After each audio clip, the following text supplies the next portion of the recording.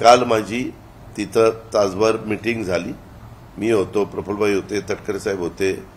म्हणजे ती युतीची मीटिंग नव्हती। आम्हाला काही गोष्टीच्या संदर्भात मी काही प्रश्न त्यांना सांगितलेले होते।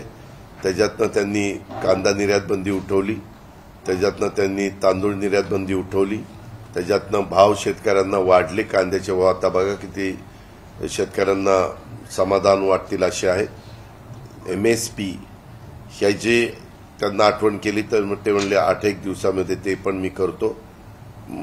4-5 वेळेला FRP वाढली पण MSP वाढली नाही, ते एक सांगितलं। सोयाबीनच्या बद्दल एक सांगितलं, कापसाच्या बद्दल एक सांगितलं आणि MSP म्हणजे ऊसाच्या बद्दल एक सांगितलं। असे ज्या गोष्टी होत्या त्याच्याबद्दल जे त्यांच्या हातात आहे, जे राज्य सरकारच्या हातात नाही, पण त्यांना सांगणं गरजेचं होतं कारण ते केंद्रात आज महत्वाचं खातं त्यांच्याकडे आहे। ABP माझा, उघडा डोळे बघा नीट।